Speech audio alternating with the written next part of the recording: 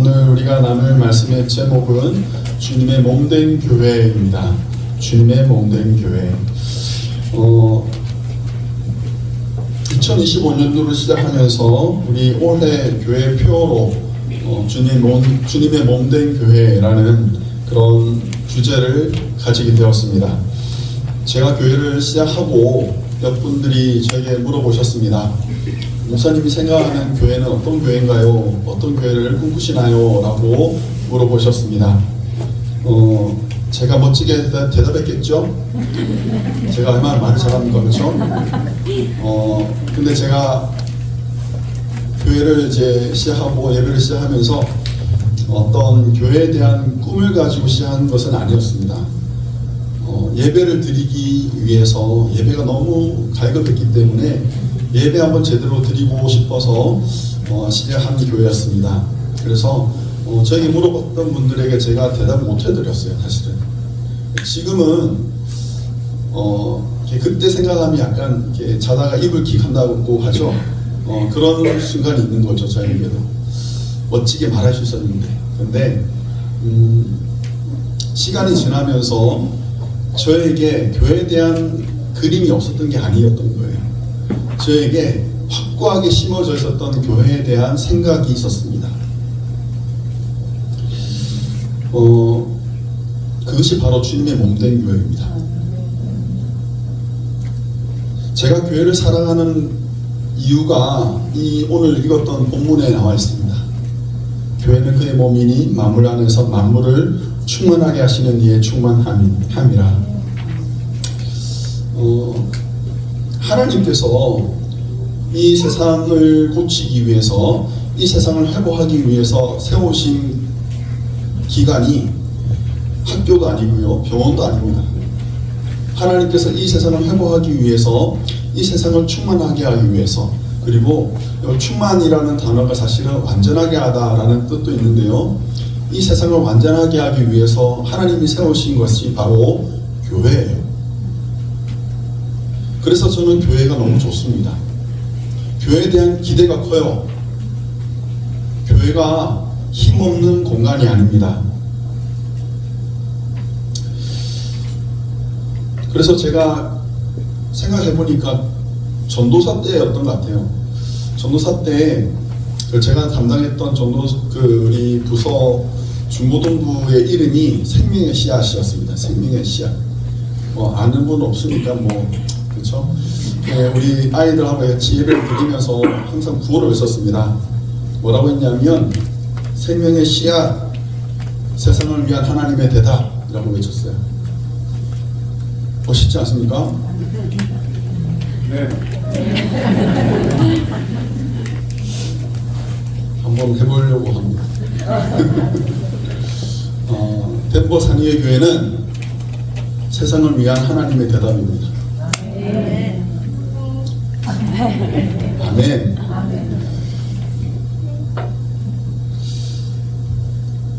그래서 교회에 대한 기대가 커요. 이 기대는 우리가 가지는 게 아니고요, 하나님께서 교회에 대해서 가지고 계시는 기대가 크다는 거죠. 하나님께서 교회에 대한 기대가 이렇게 큰데 왜 우리는 꿈이 작습니까? 왜 우리는 작게 교회를 생각합니까? 그럴 수는 없다는 거죠. 그런데 한 가지 전제가 있습니다. 교회는 세상을 위한 하나님의 대답이 맞습니다. 그런데 교회는 그의 몸이 되어야 됩니다. 교회는 먼저 그의 몸이 되어야 합니다. 22절 하반절에는 이렇게 말합니다. 그를 만물 위의 교회의 머리로 삼으셨느니라 라고 말씀을 합니다. 그를 만물 위의 교회의 머리로 삼으셨느니라. 여기서 말하는 그는 예수님을 말하죠. 예수 그리스도이신데, 하나님께서 그를 교회의 머리로 삼으셨다고 말하고요, 23절에서 이어서 바로 말하기를 교회는 그의 몸이니 라고 또 말합니다. 같은 것을 두 번 반복하는 것 같지만 이것은 그만큼 교회와 그리고 예수 그리스도의 관계가 얼마나 돈독한지, 얼마나 긴밀한지를 우리에게 보여주고 있는 것입니다. 교회가 그의 몸이 되었을 때에야 교회가 세상을 충만하게 하는, 세상을 온전하게 하는 영광스러운 일을 감당할 수 있습니다. 자, 어렸을 때 한참 유행했던 것이 프로레슬링이었습니다. 프로레슬링이 한참 유행했었고, 당시 WWF 경기에서 헐크 호건, 워리어, 달러맨 뭐 이런 선수들이 등장했었고요. 모르시죠? 여러분들? 이런 분들이 이런 선수들이 그 링 위에서 날아다녔습니다. 날아다녔고, 상대를 집어 던지기도 했고, 관절을 꺾기도 했고, 접는 의자를 들어서 때리면 신용도 했고, 그렇게 했었습니다. 이것을 보고 나면 애들이 난리가 났죠. 집에서 날아다녔습니다. 소파 위에서 올라가지고 자기 헐크호건이라고 하고 막 동생 내리찍고 그런 일들이 집집마다 일어났습니다. 오빠들이 여동생을 집어 던지고 헤드락을 걸고 그런 일들이 진짜 많이 있었던 거죠. 실제로 미국에서는 13살 오빠가 5살짜리 여동생한테 기술을 걸다가 동생이 죽어버렸습니다. 이런 사고가 실제로 있을 만큼, 그래서 그 단체에서는 Don't try this at home 이라는 공익 광고를 내면서까지 그렇게 하기도 했었습니다. 그런데 주일 예배를 마치고 나면 집에 가서 예수님을 흉내내는 사람이 없죠. 그렇게 예배를 잘 드리고 은혜 충만하고 결단하고 각오도 서로 다지고 하면서 집에 가면 예수님을 닮으려고 노력하는 사람이 없는 거죠. 예배를 마쳤는데도 예수님의 흔적이, 예수님의 향기가 우리에게 안 나는 거예요. 예배가 잘못된 건 아닐까요? 오늘날 교회가 무서워지는 것은요, 머리가 없는 교회 혹은 잘못된 머리를 달고 있는 교회가 문제가 아니었을까요? 교회가 자랑하는 것이 어느덧 화려한 예배 그리고 잘 갖춰진 시스템이 그 교회 자랑이 되어버리고, 어디에도 예수님은 보이지 않는 그런 현상이 오늘날 교회들이 손가락질 당하고 비난당하는 이유가 아닐까요? 그래서 오늘 저는 여러분들에게 매우 진지하게 권면합니다. 예수님을 우리의 머리로 삼고 우리는 그의 몸이 되는 교회가 되기를 간절히 원합니다. 우리는 주의 몸된 교회입니다. 예수님을 머리로 하고 그의 몸된 교회가 되는 것, 그것이 본래의 교회 모습을 회복하는 것입니다. 앞으로 저는 오늘 포함해서 3주 동안 주님의 몸된 교회라는 주제로 말씀을 전하려고 합니다. 3가지 포인트가 있습니다. 먼저는 머리입니다. 머리고 head, 그리고 heart, hand. 이 3가지가 우리가 예수님과 연동되어 있어야 합니다. 이 3가지가 연동되어 있어야 합니다. 그래서 한 주씩 우리가 이제 살펴볼 텐데요. 오늘은 먼저 예수님을 머리로 삼는 교회에 대해서 한번 살펴보도록 하겠습니다. 먼저 예수님을 머리로 삼는다라는 것이 무슨 의미인지 말씀을 드리겠습니다. 여러분, 신체에서 머리가 하는 역할이 뭐가 있을까요? 많이 하죠, 그렇죠? 많이 합니다. 보는 것도 하고요, 듣는 것도 하고, 냄새 맡는 것도 하고, 먹는 것도 하고, 그렇죠? 영양분을 공급하는 것, 산소를 공급하는 것, 이 모든 것들이 다 머리를 통해서 진행이 됩니다, 그렇죠? 이 모든 것들을 판단하는 것까지도 사실은 머리가 합니다. 그래서 오늘 우리가 첫 번째 살펴볼 머리의 역할은 뭐냐 하면 판단하는 거예요. 판단. 머리가 명령을 내리는 거죠. 머리가 명령을 내리면 그것을 따르는 것이 바로 몸이 해야 되는 일입니다. 그렇습니까?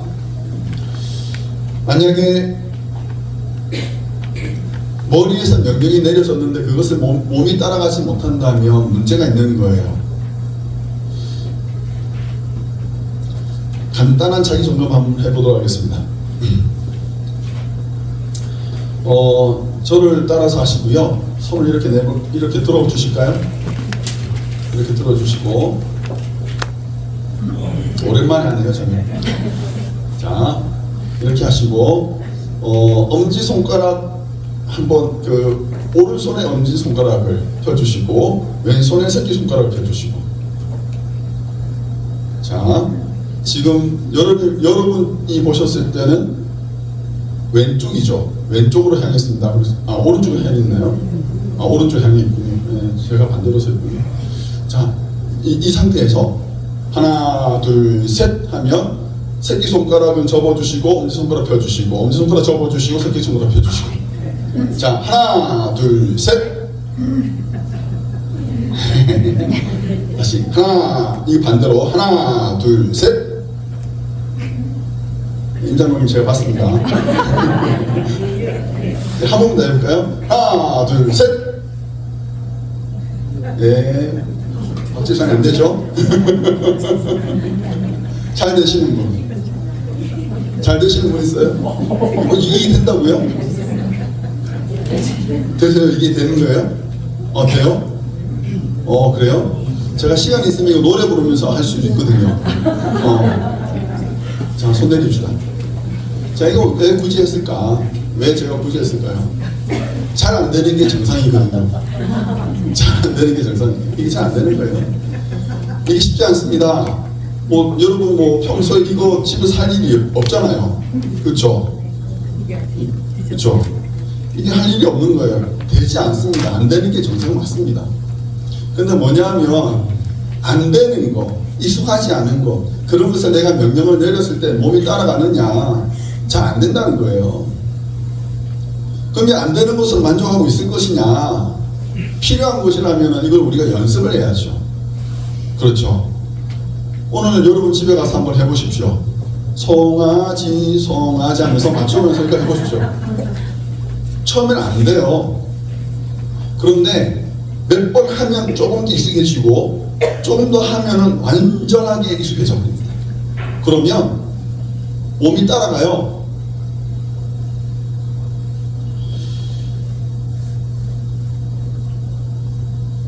이스라엘 민족들이 기적과 같이 애굽을 탈출했습니다. 이제 부지런히 걸어가면 일주일에 도착할 수 있습니다. 그런데 여러분, 이스라엘 백성들이 광야를 졸업하는데 얼마나 걸렸습니까? 40년이 걸렸습니다. 그렇죠? 40년 동안 허송세월 했죠. 그렇죠? 아니라고요. 허송세월이 아니었더라고요. 40년 동안 이스라엘 백성들은 광야에서 다듬어졌습니다. 다듬어지고 나중에는 황골탈퇴했습니다. 제가 군대를 입대하고 나서 훈련병이 되었을 때 가장 먼저 받았던 첫 번째 훈련이 바로 무엇이냐면 제식 훈련이었습니다. 제식 훈련이 뭐냐? 그냥 걸어가는 거예요. 오늘 왜 이렇게 힘들죠? 같이 이제 훈련받는 친구들하고 열을 맞춥니다. 열과 오를 맞추어서 이렇게 정렬을 하고 이제 명령을 내리는 사람이 말합니다. 앞으로 가! 하면 이제 걸어가는 거죠. 근데 그냥 걸어가면 혼나요. 그렇죠? 팔과 다리를 정확하게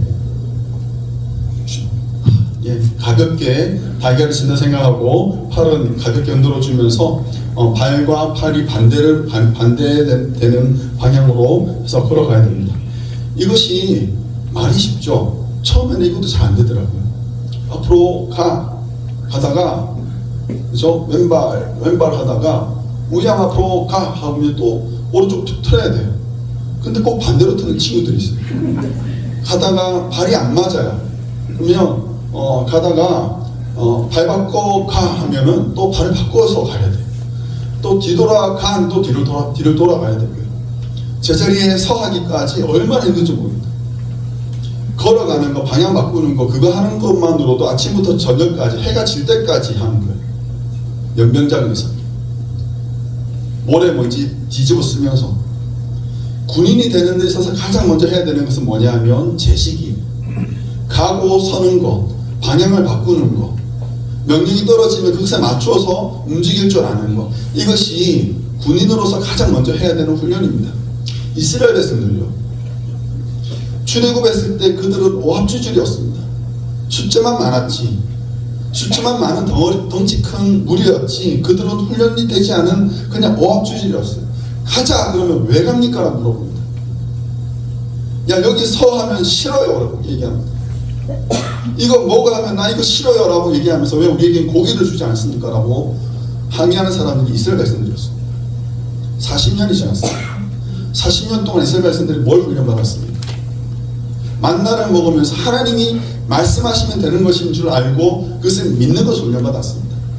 가라 하면 가고 멈추라면 멈추는 것을 40년 동안 훈련받았습니다.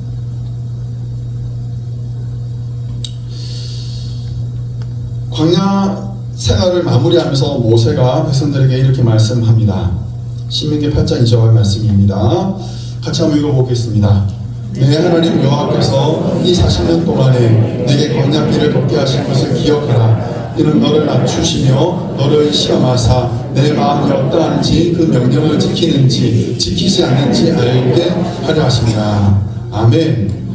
이제 하나님께서 명령하시면 즉각적으로 순종하는 정예병이 되는 것, 이것이 40년 동안 하나님께서 이스라엘 백성들을 갈고 닦은 이유예요. 왜요? 나중에 가나안 땅 들어가서 그들이 만나게 될 여리고성과 수없이 많은 적군들을 이기려면 이런 정예병이 되어야 되니까요. 오합지졸로서는 그 난간을 이길 수 없으니까요. 우리도 마찬가지 아닙니까? 여러분 2025년도를 맞이했습니다. 기분 좋죠? 새롭습니다. 그냥 기분 좋은 것으로 시작하시겠습니까? 훈련되지 않고 다듬어지지 않은 상태에서 올해 무슨 일을 만나게 될지 우리는 알지 못합니다. 하나님 말씀이 진실인 줄 믿으십니까? 그렇다면 그 말씀에 순종하는 것을 우리가 연습하고 훈련해야 된다는 것입니다. 예수님이 교회 머리 되심에 대해서 누구도 부정하지 않습니다. 마땅히 그렇게 되어야 된다라고 다들 믿습니다. 그렇다면 우리는 훈련되어 있습니까? 예수님의 명령, 너희는 가서 모든 민족을 제자로 삼아 아버지와 아들과 성령의 이름으로 세례를 베풀고 내가 너희에게 분부한 모든 것을 가르쳐 지키게 하라는 그 명령에 우리는 즉각적으로 순종하고 있습니까? 새 계명을 너희에게 주노니 서로 사랑하라. 내가 너희를 사랑한 것 같이 너희도 서로 사랑하라 말씀하신 그 계명에 우리는 순종하고 있습니까? 내가 거룩하니 너희도 거룩하라 라고 하셨던 그 말씀에 우리는 순종하고 있습니까? 항상 기뻐하라, 쉬지 말고 기도하라, 범사에 감사하라 라고 말씀하신 그 하나님의 뜻에 우리는 합당하게 살고 있습니까? 만약 이 말씀들에 우리가 적극적으로 순종하며 따르고 살고 있다면, 여러분 오늘 우리가 읽었던 에베소서 1장 23절 말씀처럼 교회는 세상을 충만케 하는 하나님의 충만의 도구가 된다라는 것을 저는 믿습니다. 만약 우리가 이 명령들에 제대로 지키고 있었다면 오늘날 교회들이 사람들의 손가락질을 받지 않았을 것입니다.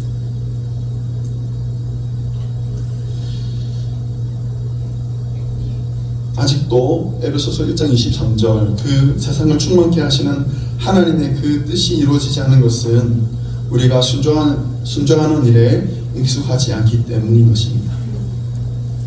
사랑하는 성도 여러분, 올 한 해 우리가 하나님 말씀을 지키고 따르는데, 순종하는데 연습하시기를 간절히 바랍니다. 연습이 필요합니다. 사도 바울도 자기를 쳐서 복종시킨다라고 말했습니다. 사도 바울도 쉽지 않았거든요. 하물며 우리는요, 기도하는 일에 훈련해야 합니다. 예배하는 일에 훈련해야 합니다. 헌신하는 것과 헌금하는 것에도 훈련해야 합니다. 서로를 돌아보아 권면하는 것도 훈련해야 합니다. 형제를 사랑하는 것과 자기를 부인하고 십자가를 지는 일에 우리는 나 자신을 쳐서 복종시켜야 합니다.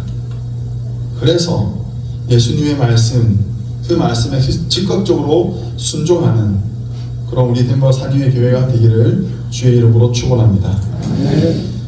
예수님이 교회의 머리가 된다라는 두 번째 의미는요, 주권에 관련된 것입니다. 교회의 주인은 예수님이십니다. 교회에 대한 소유권, 예수님께서 주장하셨습니다. 예수님께서 베드로가 주는 그리스도시요 살아계신 하나님의 아들이십니다 라고 고백하자 그 말에 이렇게 말씀하십니다. 너는 베드로라. 내가 이 반석 위에 내 교회를 세우리니 음부의 권세가 이기지 못하리라. 예수님께서 확실하게 말했잖아요. 누구 교회라고요? 내 교회라고.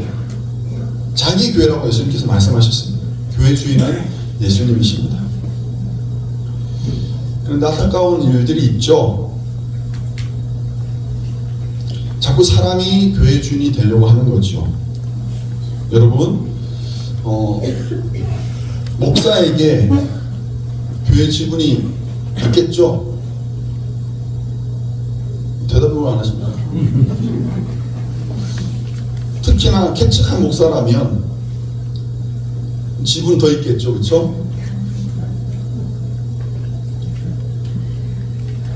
개척할 때부터 헌신했던 장로님, 권사님, 집사님이라면 그래도 좀 더 우대받고 해야 되겠죠?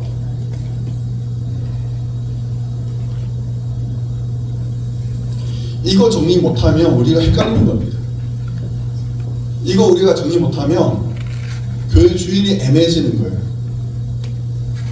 덴버 산위의 교회를 얘기할 때 임 목사가 먼저 떠오르면 잘못된 겁니다. 이걸 가지고 바울파, 아볼로파, 게바파가 싸웠으니 고린도 교회가 그렇게 책망받았던 거 아니겠습니까? 이 문제를 해결하지 못하니 오늘날 교회들이 비난과 조롱을 받고 있는 것 아니겠습니까? 예루살렘 성전에 하나님 아닌 다른 우상들을 세우고 그것을 절하는 자들이 있었습니다.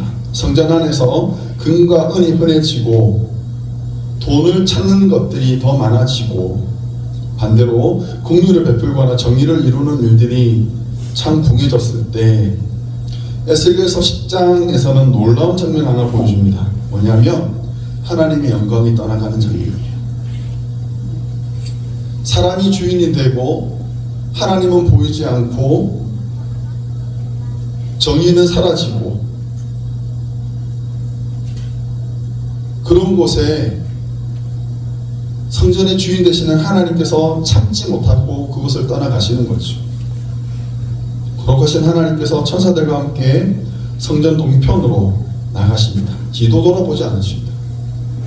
하나님께서 에스겔에게 성전 동문에 서 있는 사람들 25명을 보여주시고 에스겔이 본 것을 이렇게 말합니다.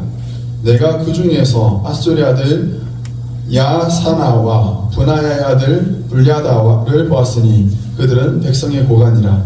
그가 내게 이르시되 이 사람들은 불의를 품고 이 성중에서 악한 꾀를 꾸미는 자니라. 하나님은 성전의 주인의 자리를 차지하려고 하는 사람들이 누군지를 정확하게 알고 계셨습니다. 그들을 지목하셨던 거예요. 그들을 가만히 두지 않았습니다.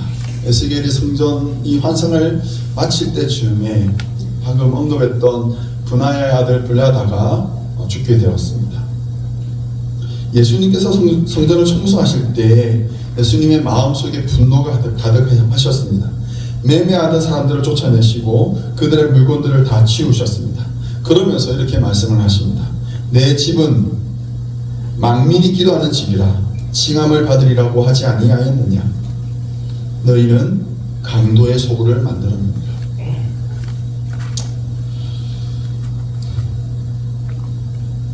하나님의 영광이 떠나버린 성전은요, 아무리 금으로 발랐고 아무리 많은 사람들이 모였다 할지라도 그곳은 강도의 소굴에 불과한 것입니다. 하나님께서 계시지 않으면 의미가 없는 거죠. 교회도 마찬가지 아니겠습니까? 아무리 우리가 잘하고 아무리 우리가 많이 보이고 한다 한들 여러분들이 집으로 돌아가시는 그 길에 예수님이 생각나지 않고 여러분들의 말과 행동에서 예수님의 향기가 묻어있지 않는다면 잘못된 거 아닐까요?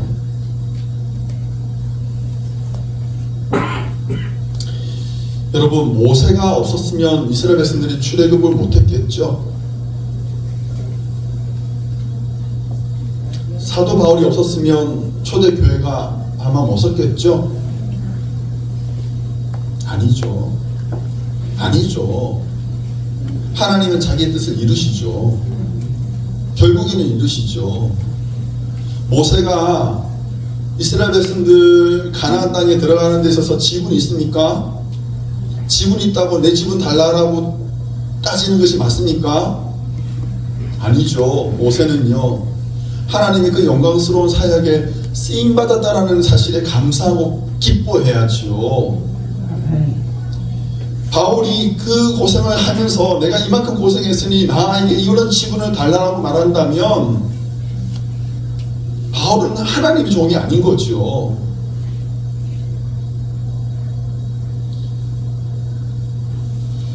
하나님께서 기뻐하시는 그 일에 귀하게 쓰임받았다면 그것으로 만족하고 기뻐하는 것이 하나님의 일꾼된 사람들이 마땅히 가져야 될 자세 아니겠습니까?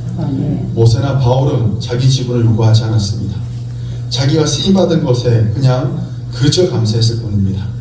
주님 주신 은혜와 은사로 신나게 즐겁게 주의 일을 하다가 때가 되면 우리는 무익한 종이라 우리가 하여야 할 일을 한 것뿐이라 라고 말하고 물러서야 하는 것입니다. 기꺼이 물러설 수 있는 믿음이 바로 예수님이 교회의 주인이심을 인정하는 믿음인 것이지요. 우리 이거 연습해야 됩니다. 이거 연습해야 됩니다. 이거 연습 안 하면 큰일 납니다. 교회는 예수 그리스도의 것입니다. 아멘. 예수님이 피 흘려 세우신 교회입니다. 아멘. 이 교회는 예수님만 보여야 됩니다. 아멘. 오늘 우리가 찬양대가 너무나도 은혜롭게 찬양했죠? 잊혀져야 됩니다. 임 목사 말 잘하죠? 오늘 말을 많이 썰어가지고 잊혀져야 됩니다. 여러분의 마음에, 여러분의 머릿속에 예수 그리스도만 남아있어야 됩니다. 아멘. 그리고 교회 머리 되시는 예수님, 나는 당신의 몸이 되겠습니다. 내가 당신에게 붙어 있겠습니다. 하나님의 신실한 그런 종이 되겠습니다. 우리를 사용하신 것 감사합니다. 우리를 통해서 하나님 영광 받아 주시옵소서. 그리고는 모세와 같이 흔적 없이 사라지는 것이 하나님의 일을 하는 일꾼이 마땅히 보여야 되는 모습 아니겠습니까? 아멘. 예수님이 교회의 머리십니다. 그래서 교회는 예수님의 말씀에 순종해야 합니다. 이것이 쉽지 않기 때문에 훈련해야 합니다. 익숙해지도록 나를 쳐서 복종시켜야 합니다. 해가 지도록 훈련해야 합니다. 그래서 하나님께서 가라 하실 때 가고 멈추라 할 때 멈추는 믿음직한 군대가 되어야 합니다. 예수님의 모든 말씀을 순종으로 우리는 따라가야 합니다. 예수님의 교회 주인이심을 매사 인정하시기 바랍니다. 아멘. 매 순간 예수님이 우리 교회 주인이십니다. 나는 다만 당신의 은혜 가운데 쓰임받았습니다. 그것에 감사하고 만족하는, 그래서 우리 가운데 예수님만 밝히 드러나는 복된 교회 되기를 주의 이름으로 축원합니다.